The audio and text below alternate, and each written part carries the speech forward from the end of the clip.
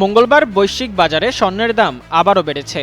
তবে শক্তিশালী ডলার ও উচ্চ তেলের দামের কারণে এই ঊর্ধ্বগতি সীমিত রয়েছে বলে জানিয়েছেন বিশ্লেষকরা।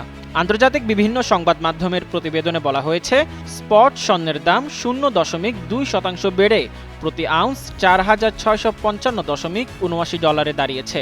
দিনের শুরুতে দাম প্রায় 1% পর্যন্ত বাড়লেও পরে কিছুটা কমে আসে।